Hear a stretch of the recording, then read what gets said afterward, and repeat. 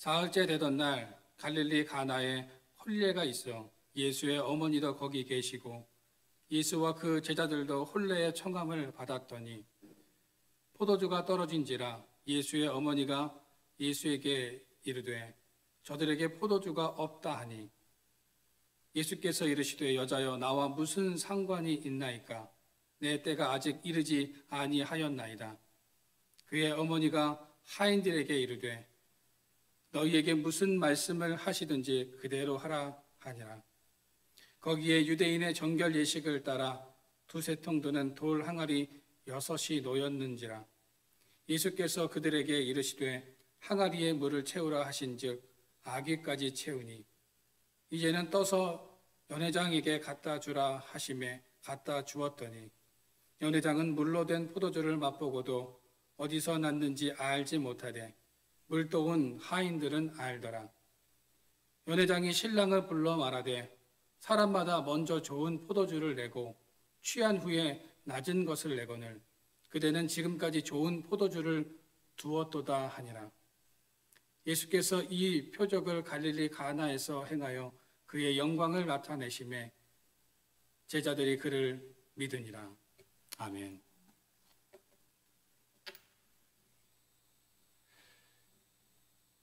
지난 화요일 또 수요일에 가을을 재촉하는 비가 내렸습니다. 비가 내리면 계절이 바뀐다는 말이 있는데 이제 정말 가을이 온 것 같습니다. 여름이 지나고 가을이 왔다는 것을 우리는 어떻게 알 수 있습니까? 무더웠던 날씨가 선선해지고 푸릇푸릇했던 나무들이 형형색색의 옷을 입게 되는 모습을 보면서 계절이 바뀌었다는 것을 알게 됩니다. 며칠 전에는 교회 마트에 갔는데요.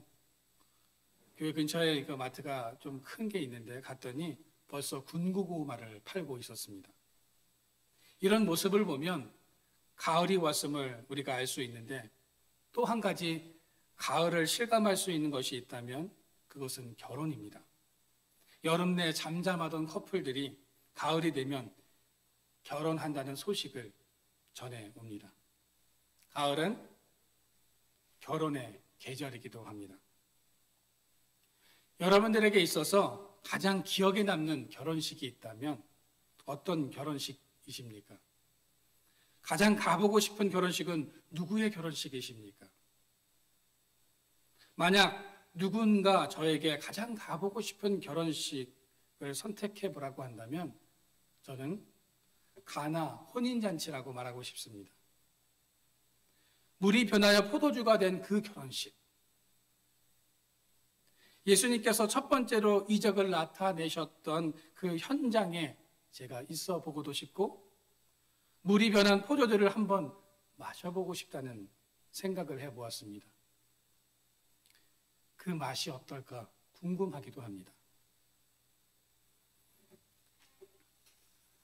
오늘 본문 1절 말씀에 보시면 사흘째 되던 날 갈릴리 가나에 혼례가 있어 예수의 어머니도 거기 계시고 이 1절 말씀을 시작하면서 사흘째 되던 날이라고 말씀합니다. 이 사흘째 되던 날이 어떤 날입니까? 학자들에 의하면 오늘 본문의 앞에 한 사건이 나오는데 나다나엘, 즉 바돌로메를 예수님께서 제자로 부르시는 사건이 나옵니다. 다시 말해서 사흘째가 예수님께서 나다나엘을 제자로 부르시고 난 후로부터 사흘째가 된 날이라고 해석하는 그런 사람들도 있고요.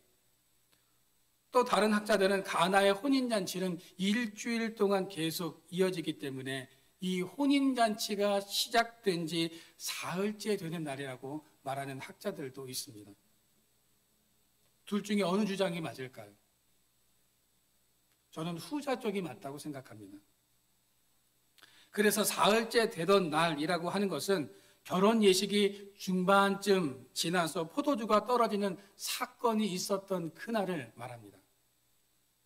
그렇다면 여기서 한 가지 의문이 드는 것이 있습니다. 예수님은 왜 결혼식이 시작되는 첫날 오신 것이 아니고 왜 사흘째 되던 날 오셨을까 하는 겁니다. 보통은 첫날 가장 좋은 음식들과 포도주가 나오기 때문에 첫날 가야 하는 것이 정상인데 왜 예수님은 그 좋은 음식들이 있는 첫날 결혼식에 참석하는 것이 아니라 셋째 날 오셨을까 하는 겁니다. 그 이유는 간단하죠. 예수님은 그 결혼식장에 손님으로 오신 것이 아니라 문제 해결자로 가셨기 때문입니다.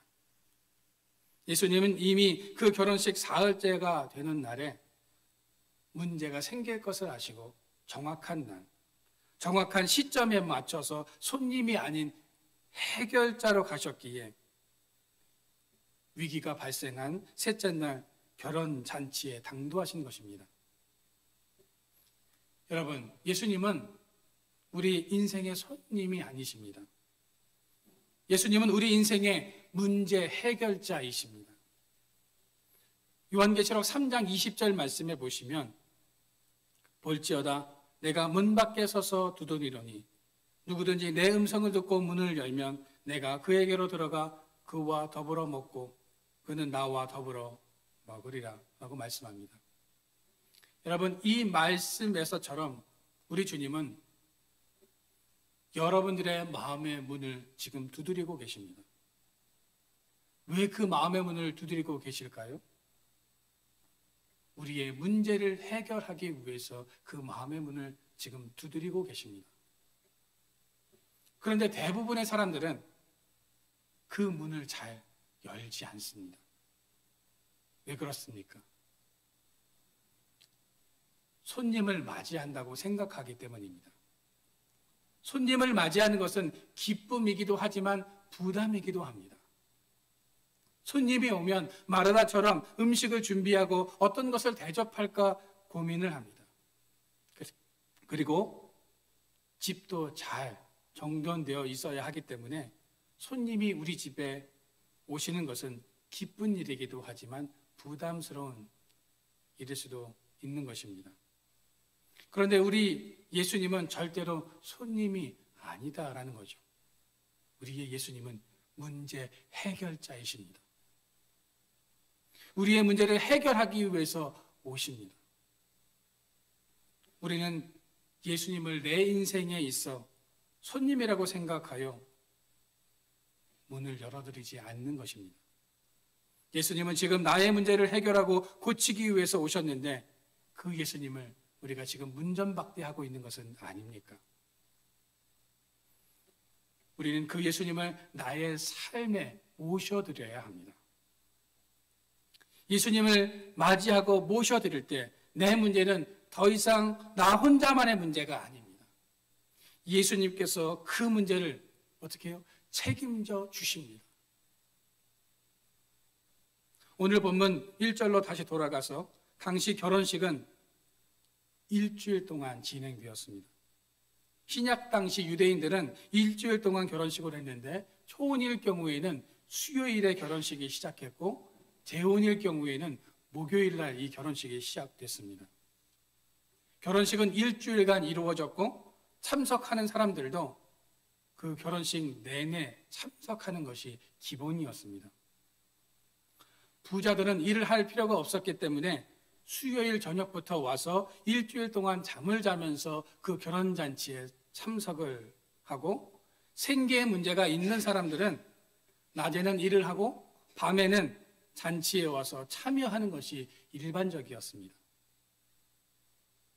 그런데 결혼식에는 아무나 갈 수 있는 것이 아니고 꼭 초청받은 사람만이 갈 수 있습니다. 그것도 2번 이상 초청을 받아야 갈 수 있습니다. 지나가는 말로 야 결혼식에 와 라고 했다고 해서 그 결혼식에 참여할 수 있는 것이 아니죠. 2번의 초청도 한 사람이 아니라 여러 사람이 2번 이상 초청을 해야 올 수 있는 것입니다. 그런데 2번의 초청을 받은 사람이 결혼식에 가지 않는다는 것은 상당히 모욕적인 일이 되기 때문에 반드시 참석해야 하는 것이 이스라엘의 결혼 풍습이었습니다. 이스라엘의 하루는 우리나라처럼 아침부터 시작되는 것이 아니라 해가 지는 저녁부터 시작됩니다. 따라서 수요일 저녁부터 결혼이 시작됩니다. 이 결혼식을 일주일간 해야 하기 때문에 연회장이라고 하는 사람이 이 결혼 전문가인데요. 이 사람을 고용을 합니다. 연회장은 돈을 받고서 일주일 동안 결혼식을 진행하여 주는데 모든 음식과 사람들을 관리하고 모든 것들을 행사를 진행하면서 책임집니다. 음식도 일주일 분량을 미리 해놓는 것이 아니라 그날 음식을 만들어서 하객들에게 드리는 것이 일반적이었습니다. 그런데 연회장과 가족들, 친척들에게 가장 긴장되는 날이 있다면 그날이 바로 사흘째 되는 날입니다. 왜 사흘째 되는 날이 긴장할 수밖에 없는 것일까요? 수요일 저녁부터 시작되는 결혼식의 사흘째는 금요일 저녁입니다. 즉 금요일 저녁은 안식일의 시작입니다. 여러분 한번 생각해 보시기를 바랍니다. 결혼식장의 부자들은 수요일부터 와서 일주일 내내 잔치에 참여하기 때문에 인원 파악이 한 번에 됩니다. 그런데 오전에 일을 하고 저녁에만 결혼식에 참여하는 사람들이 있었습니다. 또 하루밖에 결혼식에 참여하지 못하는 사람들도 대부분 안식일인 금요일 저녁에는 옵니다. 그러다 보니 도대체 몇 명이 올지를 가늠할 수 없고 그날은 매우 분주하고 복잡할 수밖에 없습니다. 그래서 결혼식을 준비하는 사람들 입장에서는 가장 긴장되는 순간일 수밖에 없다는 거죠. 연회장을 비롯해서 결혼을 준비하는 사람들이 긴장할 수밖에 없는 또 한 가지 이유가 있다면 그날 저녁이 안식일이어서 음식과 포도주가 떨어져도 그것을 만들어낼 수가 없습니다. 안식일에는 그 어떤 요리나 창조의 노동을 할 수 없기 때문에 위기가 닥쳐와도 해결할 방법이 없습니다. 더군다나 결혼식장에서 가장 중요한 포도주가 떨어졌을 때 이웃집에 가서 빌려오거나 사올 수가 없었습니다. 왜냐하면 안식일법에 매매 행위는 금지되어 있기 때문입니다. 빌려오는 것도 안 됩니다. 그러니 만약 잔치집에 부족한 것이 생기면 아무런 방법도 없고 만들어낼 수도 없는 상황이 된다는 거죠. 그런데 설마 했던 그 일이 터지고 말았습니다. 그 당시에 다른 음식들은 없어도 포도주가 없다는 것은 설날에 떡국이 없는 것, 추석에 송편이 없는 것보다 더 난감한 상황입니다. 특별히 결혼한 부부는 주변에 유지될 또 랍비들을 초청해서 좋은 음식과 포도주를 대접하고 그들의 축복을 받아야 하는데 포도주가 떨어졌다는 것은 그야말로 재앙 수준의 결혼 예식이 될 수밖에 없다는 것입니다. 그런데 그 가장 중요한 포도주가 지금 떨어지고 말았습니다. 이것은 이 결혼식에 큰 위기가 닥쳤다는 것을 의미하는 것입니다. 수요일 저녁 축제로 시작했던 결혼 예식이 지금 위기에 처하게 되었습니다. 율법을 어길 수 없기에 그 어떤 포도주도 만들어내지 못하는 위기, 빌려올 수도 없고 매매할 수도 없는 절망적인 순간이 찾아오고 만 것입니다. 잔치집이 초상집이 되려는 그 순간에 예수님께서 등장하십니다. 영화에서 주인공은 언제 나타납니까? 위기의 순간에 짠 하고 나타납니다. 제가 어릴 적 서부 영화를 참 좋아했는데 이 서부 영화를 보면 항상 주인공은 위기의 순간에 등장해서 그 상황을 승리로 역전시켜버립니다. 그래서 우리는 주인공이 등장하면 와 하면서 환호를 합니다. 예수님은 우리의 인생 속에서 가장 중요한 순간에 나타나십니다. 우리의 인생의 위기가 최고조에 임했을 때, 나 혼자 감당할 수 없는 일을 경험하고 있는 그 순간에, 주변에 아무도 나를 도와줄 수 없는 그 순간에 기다렸다는 듯이 예수님께서 내 인생의 앞마당에 문을 열고 나타나십니다. 여러분, 얼마나 멋집니까? 예수님께서 우연히 이 셋째 날 이 예식장에 오신 것이 아닙니다. 예수님은 이 결혼식 셋째 날에 문제가 생길 것을 아시고 그 타이밍에 맞춰서 오신 것입니다. 예수님은 우리의 인생에 어떤 일이 일어날지를 다 알고 계십니다. 내 인생의 문제가 내 앞에 점점 닥쳐오고 다가올 때 예수님도 우리에게 점점 다가오고 계시다는 사실을 알아야 합니다. 그리고 정확하게 때를 맞추어서 우리의 위기를 기회로 바꿔 놓으신다는 사실을 믿으시기를 바랍니다. 이 사실을 우리가 안다면 우리는 어떠한 상황을 만나도 걱정하거나 염려할 필요가 없습니다. 예수님은 우리가 죽을 것 같은 그 순간에 찾아오셔서 그 문제를 해결해 주십니다. 예수님께서 한번 개입하시면 초상집이 잔치집으로 바뀌어지는 것입니다. 따라서 우리는 무슨 일을 당하든 염려하지 말아야 합니다. 예수님은 우리의 손으로 감당할 수 없고 어찌할 수 없는 순간에 찾아오셔서 우리의 문제를 한순간에 해결해 주십니다. 예수님께서는 지금 가나 혼인잔치에 문제가 생긴 것을 아시고 적절한 시기에 오셨습니다.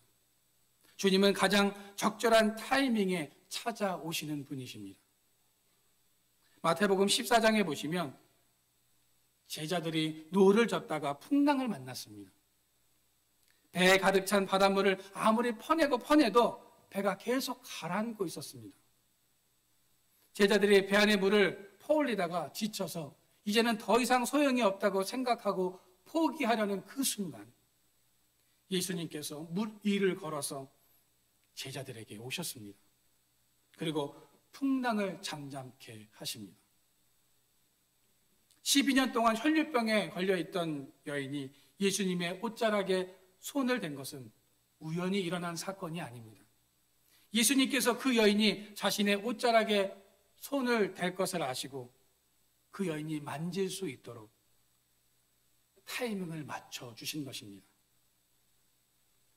나인성 과부의 아들이 죽어서 장지로 가고 있는 그 순간에도 예수님께서는 그 아들을 살려주셨는데 이 사건 또한 우연히 일어난 사건이 아닙니다.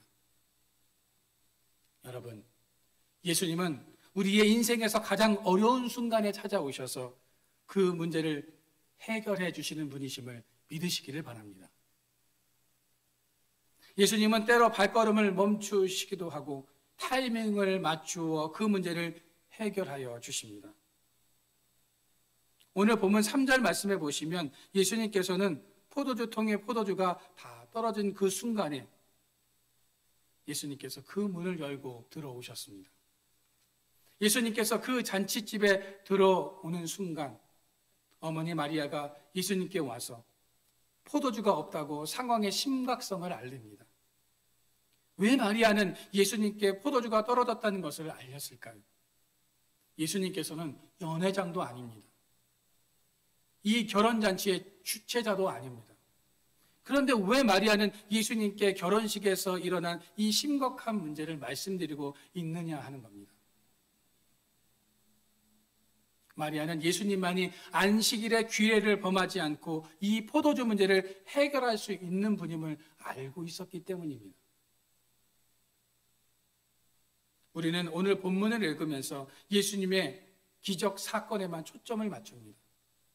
그런데 오늘 본문을 잘 읽어보시면 예수님의 기적보다 더 중요한 것이 있다면 그것은 바로 순종입니다. 오늘 5절 말씀해 보시면 그의 어머니가 하인들에게 이르되 너희에게 무슨 말씀을 하시든지 그대로 하라 하니라. 예수님은 하인들에게 돌 항아리에 물을 채우라고 말씀하십니다. 하인들은 6개의 돌 항아리에 물을 채우죠. 그들은 아마 그때까지만 해도 무슨 방책이 있으시겠지라고 생각하고 있었을 겁니다. 그런데 그 다음이 문제였습니다. 예수님께서 맹물을 그대로 떠서 연회장에게 갖다 주라고 말씀하십니다. 긴장감이 감도는 순간입니다. 하인들은 순간적으로 주님의 말씀대로 해야 하는 것인지, 아니면 이 사실을 연회장이나 마리아에게 말해야 하는 것인지 고민이 되었을 겁니다. 맹물을 가져다 주라는 예수님의 말씀은 정말 따르기 힘든 말씀이었습니다. 상식으로는 이해할 수 없는 명령이었습니다. 만약 여러분들이 하인이었다면 상식을 벗어난 이 명령에 순종할 수 있으시겠습니까? 그런데 하인들은 지금 어떻게 행동하고 있습니까? 순종하고 있습니다. 아무런 불평도 질문도 없습니다.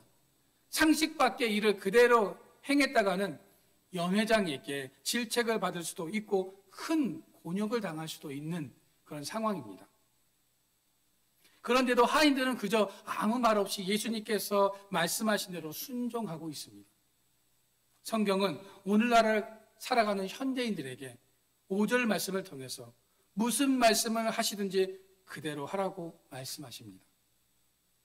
주님은 나의 상식과 이성이 아닌 주님의 말씀을 믿고 순종하는 삶을 살아가라고 우리에게 말씀하고 계십니다. 여러분, 그 순종이 기적을 만들어내는 것입니다. 오늘 본문 6절부터 8절 말씀에 보시면 거기에 유대인들의 정결 예식을 따라 두세 통 드는 돌 항아리 6이 놓였는지라 예수께서 그들에게 이르시되 항아리에 물을 채우라 하신즉 아기까지 채우니 이제는 떠서 연회장에게 갖다 주라 하심에 갖다 주었더니 라고 말씀합니다. 여러분, 언제 물이 포도주로 변하는 기적이 일어났습니까? 하인들이 항아리에 물을 다 채우고 그것을 떠서 연회장에게 갖다 주는 즉각적인 행동이 이루어졌을 때, 그 순종이 이루어졌을 때 물이 변해서 포도주가 되는 기적이 일어났습니다. 만약 하인들이 예수님의 말씀에 순종하지 않았다면 어떻게 되었을까요?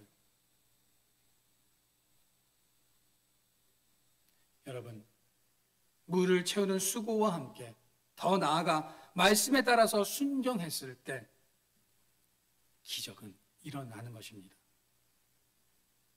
오늘 9절과 10절 말씀에 보시면 연회장은 물로 된 포도주를 맛보고도 어디서 났는지 알지 못하되 물떠온 하인들은 알더라.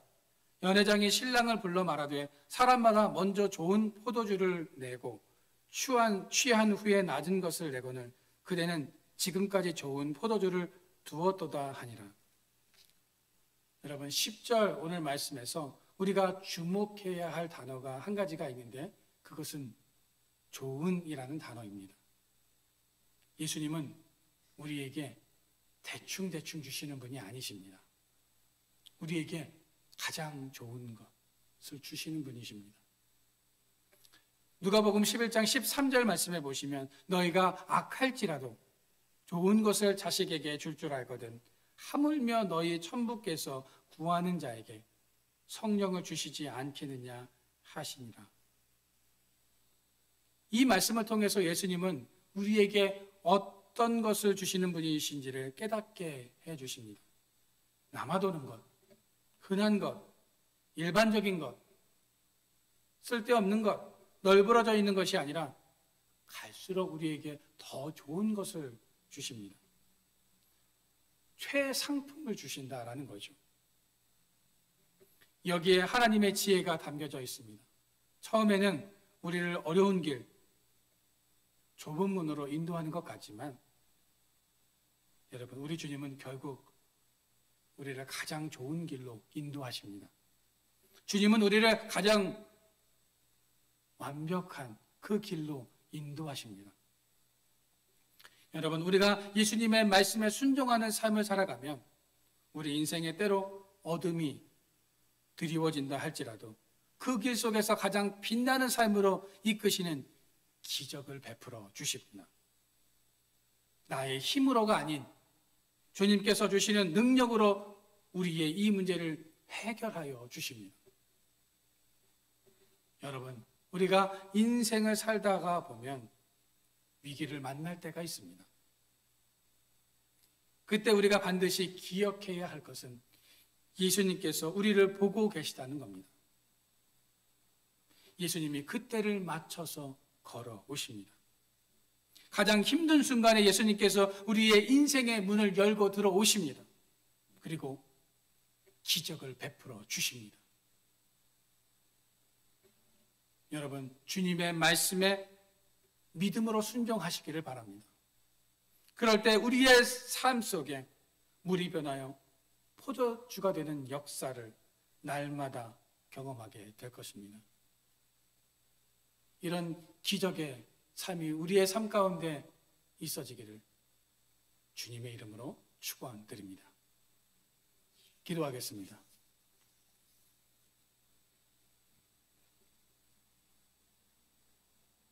능력의 하나님,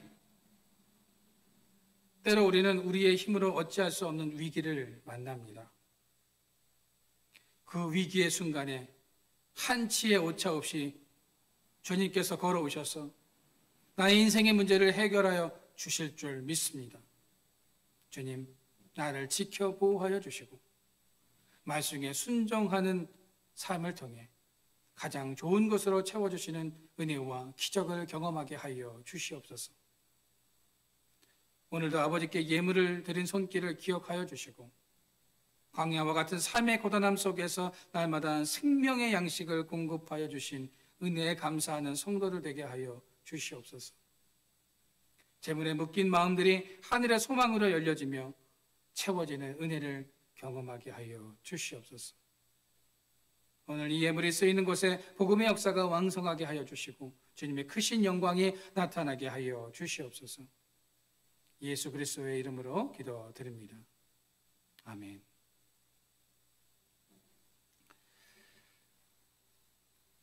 교회 소식을 전해드리도록 하겠습니다. 날씨가 많이 선선해졌습니다. 여러분, 늘 건강 유의하시기를 바랍니다.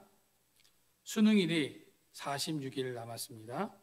수험생들을 위해서 여러분 기도해 주시기를 바랍니다. 올리브나무교회에서는 수험생들을 위한 기도회를 준비하고 있습니다. 중보기도를 원하시는 분들은 문자나 카카오톡으로 기도 제목을 올려주시면 감사하겠습니다. 코로나가 빨리 안정화되어서 대면 예배를 드릴 수 있도록 여러분들 기도해 주시기를 다시 한번 부탁드립니다. 온라인으로 헌금 드리기를 원하시는 분은 우리 화면에 계좌로 봉헌해 주시기를 바랍니다. 올리브나무 교회를 위해서 감사헌금, 월정헌금, 11조 주일헌금을 해주신 분들의 명단을 화면에 올려놓았습니다. 네, 다시 한번 감사를 드립니다. 제가 축도하고 오늘 예배를 마치도록 하겠습니다. 이제는 예수 그리스도의 크신 은혜와 극진하신 하나님 아버지의 사랑하심과 성령의 역사하심이 우리 인생의 손님이 아닌 해결자로 오신 예수님을 날마다 우리가 의지하고 순종하며 살아가기로 작정하는 우리 심령들 머리머리와 그들의 삶 위에 하나님께서 지금부터 영혼까지 함께 하여 주시기를 간절히 축원하옵나이다. 아멘.